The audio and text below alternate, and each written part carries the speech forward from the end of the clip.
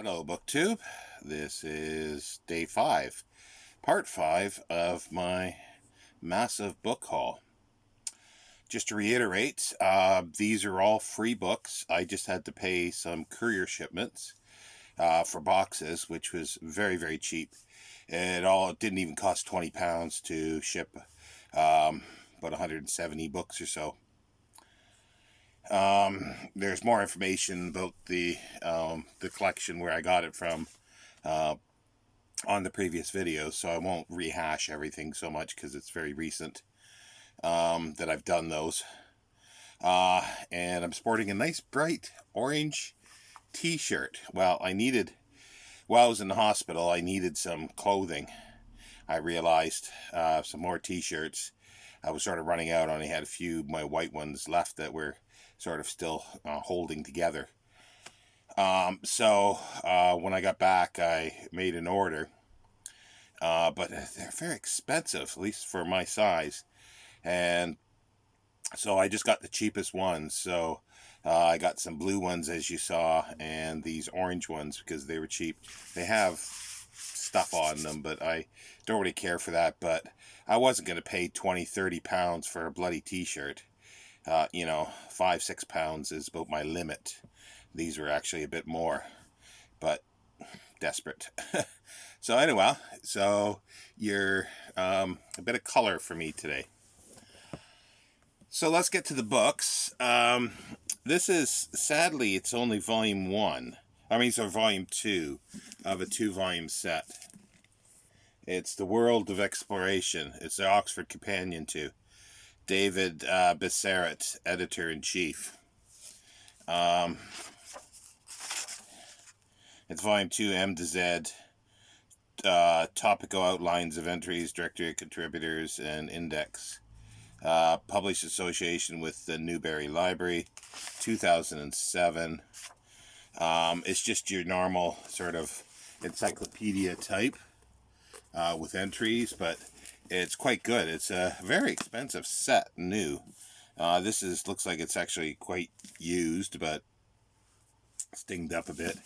But I was hoping there would be the volume 1, because this was one of the first ones he held up when I was on Skype, and I said, yeah, I'll take that. And I said, do you know if the other volume's there? And he wasn't sure, but he went through everything and it wasn't. So it must have got with the other collection of stuff, that the 10,000 plus that went to to a bookseller. Actually, I think it went to free, I might add.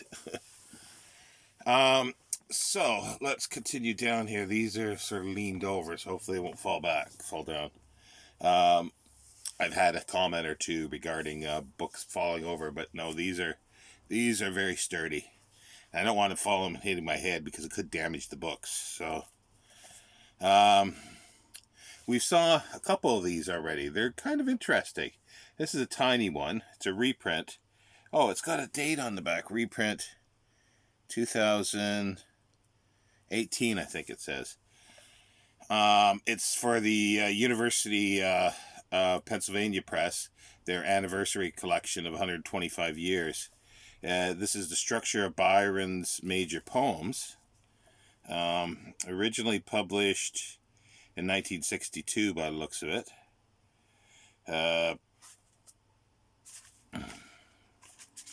And it's small, like it's some essays, I think, in here, basically, or a few chapters. Anyway, it's not very long. It's like less than 200 pages long.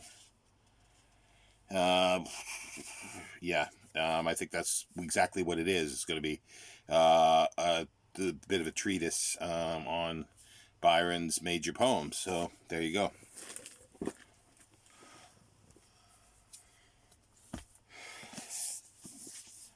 Tennyson and the Doom of Romanticism. Harvard University Press. I think this will interest at least one person I know, if they don't have it already. It's Harvard University Press. It's a naked hardcover. Herbert F. Tucker, 1988. Is it a reprint 2013, it says. So on the back, that's why. It's not a print on demand though. At least I don't think it is. It's a little better made than usual if it is. But yeah, doesn't give me anything to read. No blurb.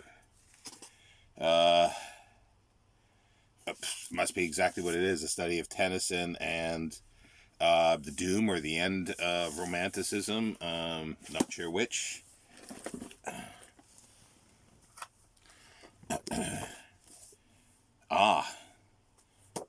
Another looks like a fabulous film book for me. Probably mostly silent, but let's take a look. Shell shock cinema, Weimar culture and the wounds of war. There's a lot of Weimar stuff, and I'm just over the hill with it because I've wanted books on it, so I'm really pleased. This is written by Anton Keyes, K-A-E-S, I'm not sure. Princeton University Press, 2009. But it's it's print on demand as well. Yeah, I'm not. I find it a bit odd, but unless they were doing that for review copies before, it doesn't say review. There's no review stuff in any of this, but I understand the couple did get tons of review copies themselves, and then their colleagues and other people apparently just loaded them up with review copies that they didn't want. But yeah, so this is very interesting to me. Shell Shock Cinema explores how classical German cinema of the Weimar Republic is haunted by the traumatic experiences of World War I and the devastating effects of the nation's defeat. Anton Keyes argues that while masterworks such as The Cabinet of Dr. Caligari, Nosferatu, The Nibelungen, and Metropolis do not depict battle scenes or soldiers in combat, they nevertheless engage the war and register its tragic aftermath. Grief, fear, and paranoia are palpable in such films which feature serial killers, mad scientists, and communities in distress.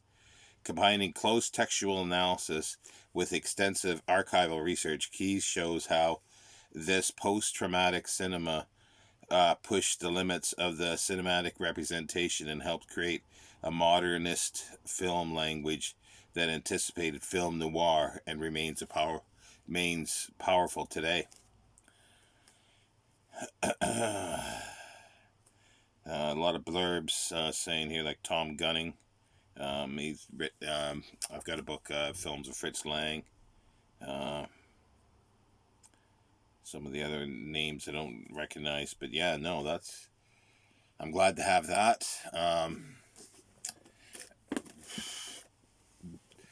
Print on demand or not, or paperback or hardcover or not, I'm just glad to have it because it's free. Or basically all this stuff cost pennies a piece by the time I got it. So, okay, here we go. Here's another heavy-duty archaeology book.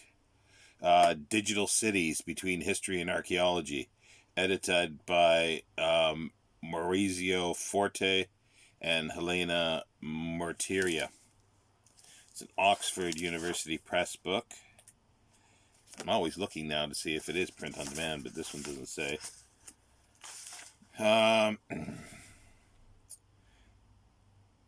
2020. Wow. This must have been one of the last books they got, because apparently the historian, which was the father-in-law of the person I got the books from, he had died like 5 years ago or so. But his mother-in-law died late spring or early summer, I think, of 2020. So somehow, even though they got the, anyway, yeah, so that says 2020. So it's a relatively new book here. The onset of digital archaeology and its subsequent remarkable development has had a critical impact on the study of cultural heritage. Presently, researchers are able to manipulate the are able to manipulate and reinvent digital and historical data. The study of the city stands out as this context. Cities are microcosms, often reflecting the changing structures of societies over time. A vast array of digital tools, laser scanning, augmented reality, remote sensing, and beyond, can process, test, and display archaeological data, architectural remains, and built heritage on a scale previously unattainable. This is definitely a technical book. This is heavy-duty archaeology book. It's got photographs in it. Yeah, well, I'd hate to look at the price of that.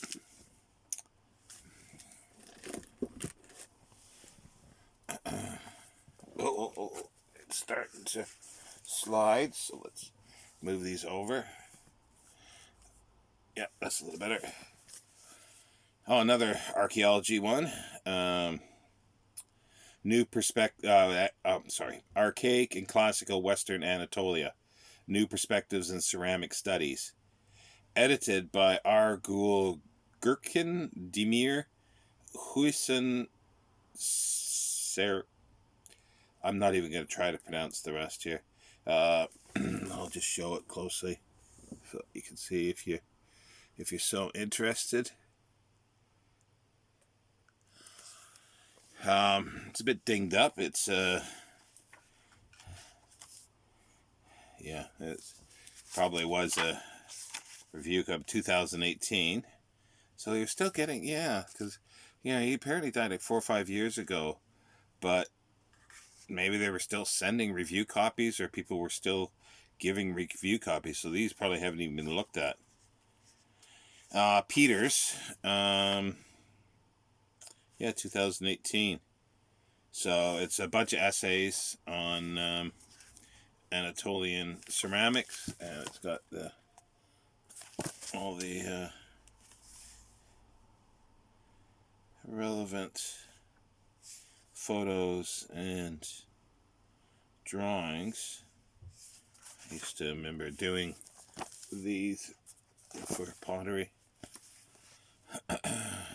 analysis to get the shape, so then you can compare it with other sites to get a date, to get a seriological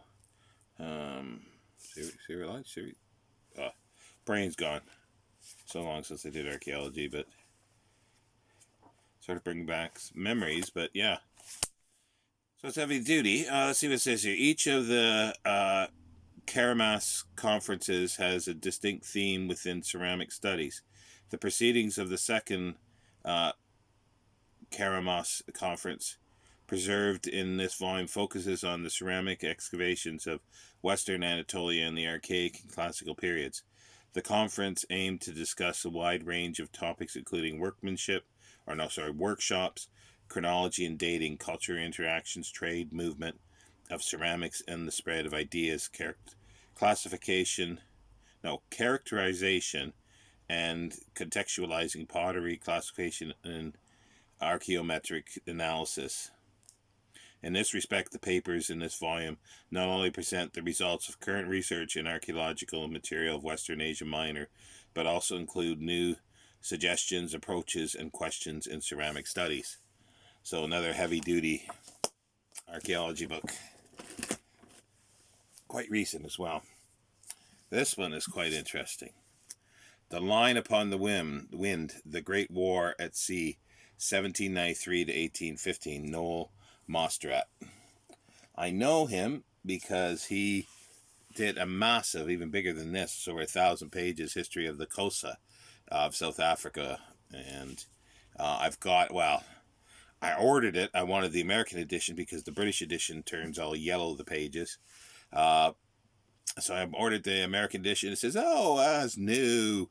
And it comes, I spent quite a bit for it, like £25. It comes in ex-library. Bloody shysters. So it took a while, but I got the money back from them. So I'm still on the lookout for a nice hardcover copy of that. But I've got the crappy library one to read for the moment. Anyway, The Line Upon a Wind, The Great War at Sea, 1793 to 1850. Norton Company, 2007. And it says here, in February 1793, France declared war on Britain, and for the next 22 years, the Revolutionary and Napoleonic Wars raged. This was to be the longest, cruelest war ever fought at sea, comparable in scale only with the Second World War. New naval treaties were brought to bear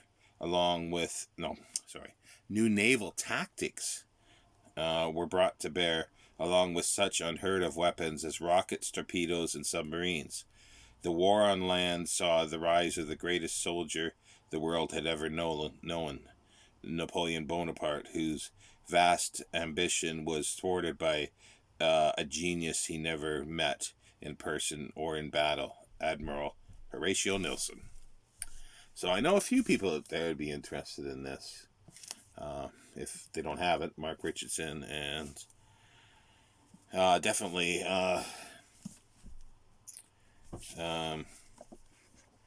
again, brain fog. Well, there's quite a few of them that would be interested in this, I think. So, if it's not something that you're aware of, here's a really good book. I'm glad to have it again. I used to have it in Canada. It's Without Lying Down. Frances Marion and the Powerful Women of Early Hollywood by Carrie, Beaucoup.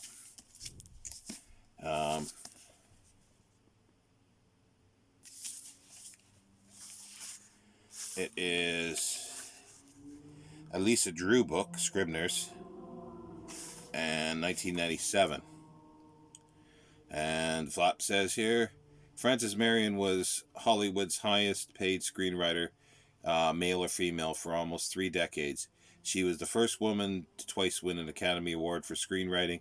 From 1916 to 1946, she wrote over 200 scripts covering every conceivable genre for stars such as Mary Pickford, Gary Cooper, Greta Garbo, Marion Davies, Rudolph Valentino, Clark Gable, and Mary Dressler. Irving Thalberg adored her and trusted her completely.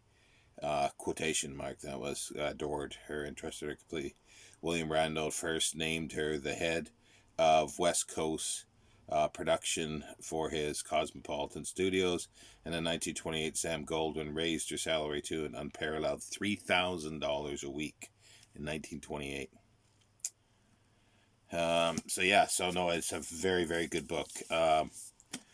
Carol Camp has done something recently that after this, that is pretty good, and I just can't think of what it is, but she's a good author.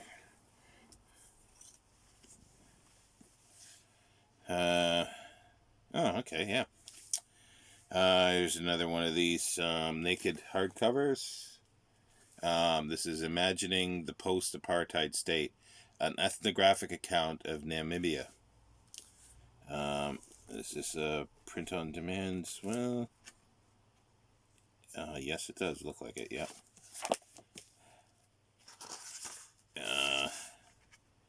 Berghan Books, New York, Oxford. It's by John T. Friedman, 2011. What does it say here? Northwest Namibia, people's political imaginations offer a powerful insight into the post-apartheid state. Based on extensive anthropological fieldwork, this book focuses on the former South African apartheid regime and the present democratic government. It compares the perceptions of and practices of the state and customary forms of judicial administration, reflects upon the historical tragedy of chieftaincy dispute in relation to the rooting of state power, and examines everyday forms of belonging in the independent Namibian state. By elucidating the state through a focus on the social, historical, and cultural processes that help constitute it, this study helps chart new territory for anthropology, and it contributes to ethnographic perspectives to a wider set of interdisciplinary debates on the state and state process. So it's modern African or Southern African history, but yeah, it's probably something I will keep. Don't know when or if I ever get around to reading it, but could be interesting. Here we go. Yeah, this is another one of those interesting but weird sort of history. Not American history this time, but ancient history of the Manchuria, refining the past. Lee Mosul, MD, MPH. Not sure what MPH means. It looks like it's a self-published book. It's print on demand as well. It says it's ex libris. So I think it's a company that if you pay them money, they'll publish your book, basically. So a vanity press type. 2013 it is. Yeah, whether I don't know how good this is, but this is literally a new voice from the eastern end of the Great Wall, and an eye-opening essay written by a retired physician. Essay? That's a big essay. Over 500 pages. Interpretation of the ancient Chinese scriptures to modern languages had been tarnished. Yeah, tarnished. Interpretations of the ancient Chinese scripture to modern languages had been tarnished by the Chinese imperial court and Confucian culture. Later historians used and moved on to the next step without any critical thinking. Not a very well written thing. With this premise, Mosul starts to explore many issues around the eastern end of the Great Wall. He tackled all the disputed issues from the origin and analyzed in depth. I'm not going to continue. I don't know how good this is going to be. That's quite poorly written there.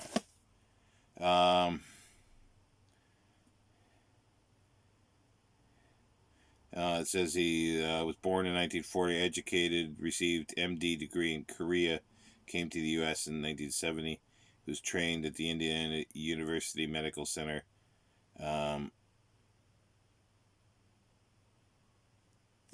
Even this is bad.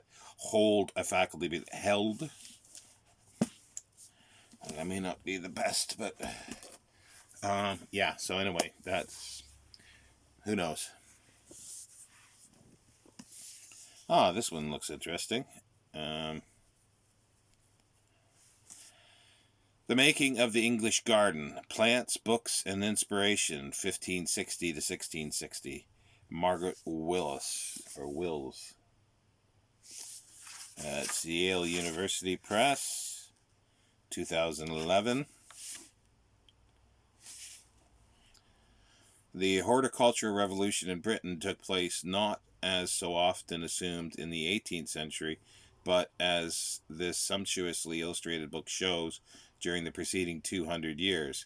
By the time Charles II was restored to the throne, England had become a leading player in the European horticultural game. Gardeners, botanists, scholars, and courtiers used their social networks to exchange the latest ideas, exotic flowers, and foodstuffs found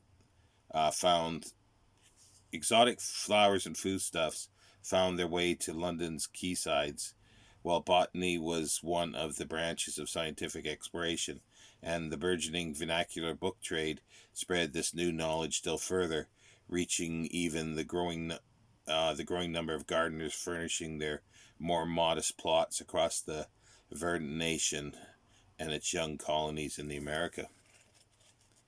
That's why, look at it. Yeah, there's a lot of color inserts here.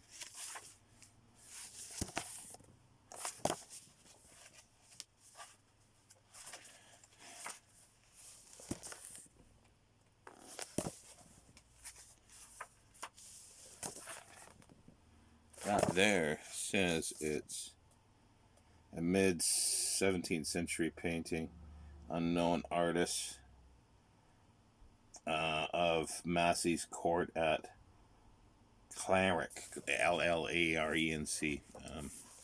Must be Welsh. Yeah, so there's several color inserts and a lot of black and white as well. So that's very nice, actually. Yeah, that'll be something that I'll probably wind up keeping because I do like that kind of social history. And oh yeah, this is the book that while I was scrolling through that I saw and went back to, because this is something that I've had in my wish list for a long time. I just never bought it. I don't think it's that expensive. It might be, well, it's under £30, I think, but still, I just never got it. And that there is from Metropolis, the picture. That's the Mariah, where she's sort of the robot version of Maria, the teacher. This is Weimar Cinema, an essential guide to classic films of the era.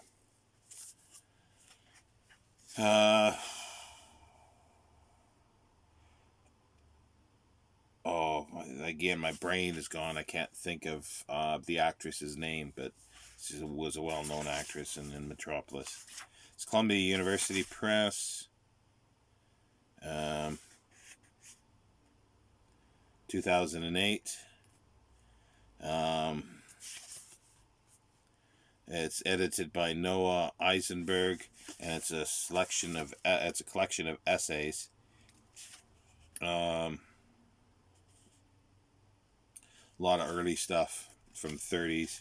Yeah, it's all sort of reprint stuff, so there might be some kind of duplication with another volume or so, but it says here, taken as a whole, the 16 remarkable films discussed in this provocative volume represent the brilliant creativity that flourished in the name of German cinema between the wars, encompassing early gangster pictures and science fiction, avant-garde and fantasy films, sexual intrigues and love stories, the classics of silent cinema, and Germany's first talkies.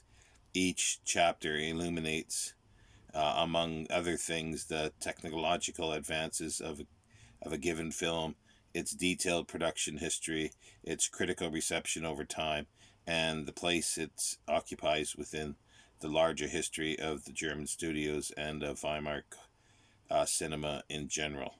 Readers can revisit the careers of such acclaimed directors of F.W. Murnau, Fritz Lang, and G.W. Pabst, and examine the debuts of such international stars as Greta Garbo, Louise Brooks, and Marlene Dietrich, training a keen eye on the Weimar cinema's unusual richness and formal innovation. This anthology is an essential guide to the revolutionary styles, genres, and aesthetics that continue to fascinate us today. So it may not be original essays, because I looked at the dates. I just looked quickly. No, I see what it is. Each one, yeah, as it says, it's 16 essays with 16 films, I guess, and the subject of the film, the Cabinet of Caligari, and then it's got in brackets 1920 after that. Well, that's when the film came out. So that's what it is, like Nosferatu, 1922, The Indian Tomb, that's Joe Mays, 1921. Fritz Lang wrote it. Dr. Mabuse and the Gambler, that's Fritz Lang, 1922. The Last Laugh, Murnau. Pabst, The Joyless Street. Faust, Murnau. Metropolis. Berlin Symphony of the Great. Oh, that's a fabulous film. That was 1927. Pandora's Box, 1929. People on Sunday, that's where Billy Wilder wrote a bit for that, and a lot of other ones. G. Ulmer, Edward G. Ulmer, who became a film noir director, sort of B pictures, but he did some quintessential film noir stuff. The Blue Angel, yeah, it's just, oh, it looks like there's only like one film that I don't think I've seen on here that's listed here. Is Cool Vamp a Wampy? Don't know that one. That says 1932, but it has M. Oh, I haven't seen this one, and it's just come out. Machen in Uniform. BFI put it out. It looks very interesting, so I might actually get that.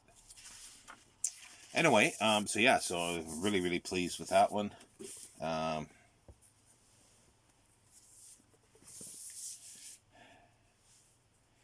um, oh, okay. Another sort of naked hardcover. This is what a Paul Grieve series. They do some really, really neat series. There's Romanticism one that I like. There's a Gothic one that's good. This is 19th Century Major Lives and Letters. Not that familiar with this one. This is Romantic Literary Families is the book. Scott Karazak. It's Paul Grieve, Macmillan. Hardcovers, they're usually expensive. I usually try to wait till they really go under like £20, and I usually pounce on them when I do see them. Preferably under 10, but that occasionally happens. And let's see what this does. Yeah, the late 18th century witnessed the emergence of the literary family, a collaborative kinship network of family and friends that by the end of the century deployed, or it's very difficult to read, very small print, displayed characteristics of nascent. No, sorry, I can't read it. But anyway, it's about literary romanticism, literary families. So I just can't read the small print. Yeah, this is another good one. Another film book here, From Caligari to Hitler: A Psychological History of the German Film. Siegfried Krakauer, I think, edited and introduced by Leonard. Oh, I think, yeah, this, I'm familiar. I think this is an older book. This was written, wait a minute, do I have? No, I was just looking at Caligari's Children. Originally published in 1947. This is a Princeton Classics Editions, 2019. Have a difficult reading here. First published in 1947, From Caligari to Hitler, remains an undisputed landmark study of the rich cinematic history of the Weimar Republic. Prominent film critic Siegfried Krakauer examines German society from 1921 to 1933 in light of such movies as Caligari, The Cabinet of Caligari, M. Metropolis, and The Blue Angel. He explores the connections among film aesthetics, the prevailing psychological state of Germans in the Weimar era, and the evolving social and political reality of the time. Krakauer makes a startling and still controversial claim: films as popular art provide insight into the unconscious motivations and fantasies of a nation. That's controversial, apparently. Okay, this is getting long again here, so let's try to speed it up.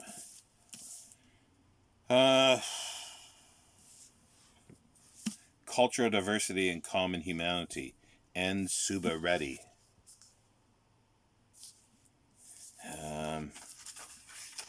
Academic Foundation, New Delhi, 2014. This volume comprises the collected work of the noted anthropologist Professor N. Suba Reddy at the end of 60 years of academic life, during which the author attended or organized a number of conferences and symposia, both at the national and international levels, delivered some endowment lectures and keynote addresses, and published a number of papers at home as well as abroad. He chose to bring out this collection of 30 papers organized into sections. So yeah, so it's a an Indian, I guess, yeah, an Indian anthropologist. So this is more anthropology, so heavy duty anthropology by the looks of it.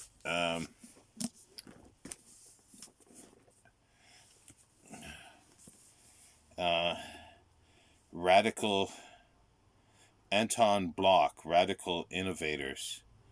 No, it's I guess Anton Bloch is the author. Sorry. Radical Innovators: The Blessings of Adversity in Science and the Arts, 1500 to 2000.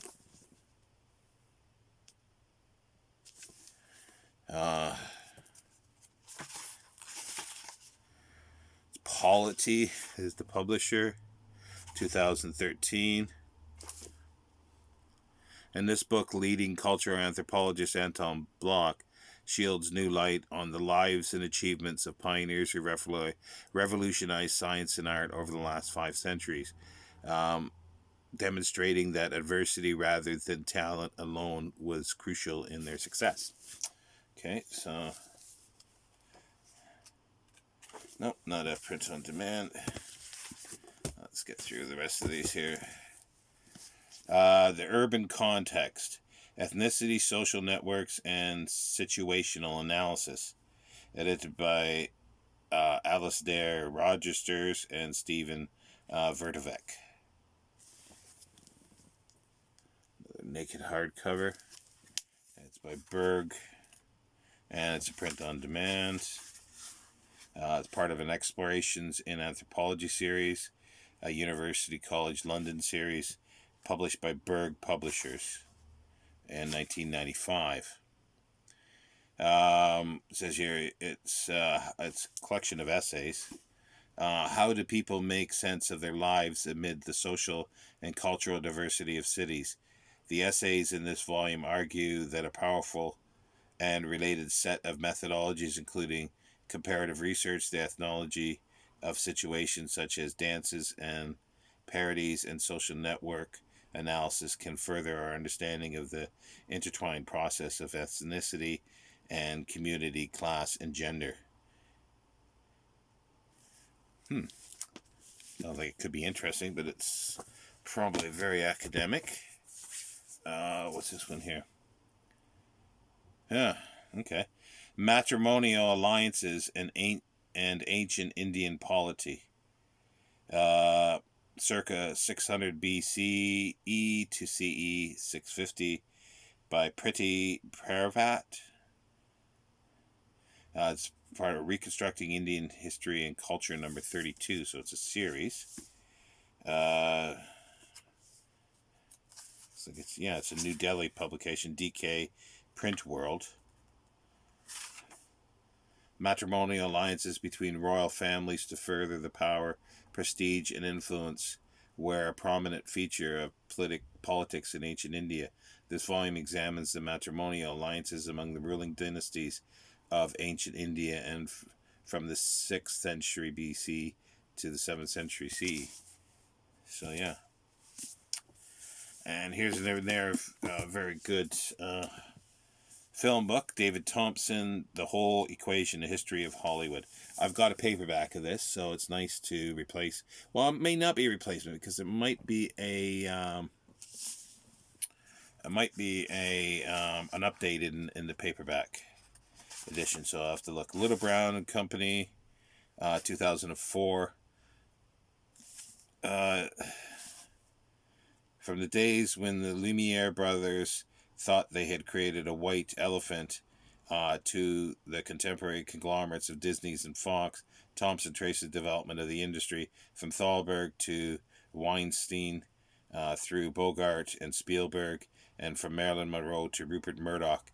He weaves a narrative that is as scary, entertaining, illuminating, and enthralling as anything ever caught on camera. So there you go. David Thompson was the author. Looks like it says £5.50 or something. $5.50 times 2. I don't know. little sticker on there. But anyway, that's it. It's now over 40 minutes, so I better say goodbye, and hopefully this will work and upload. I'll be back for part 6. Yeah, I'm going to have to choose less books, I think, or talk less. But I am able to talk now a lot better. Breathing is, as long as I stay sitting up, breathing is pretty good. Laying down gets a little rough, but I won't be doing videos laying down. And everybody can thank me for that right now. Anyway, take care, BookTube. I'll talk to you later.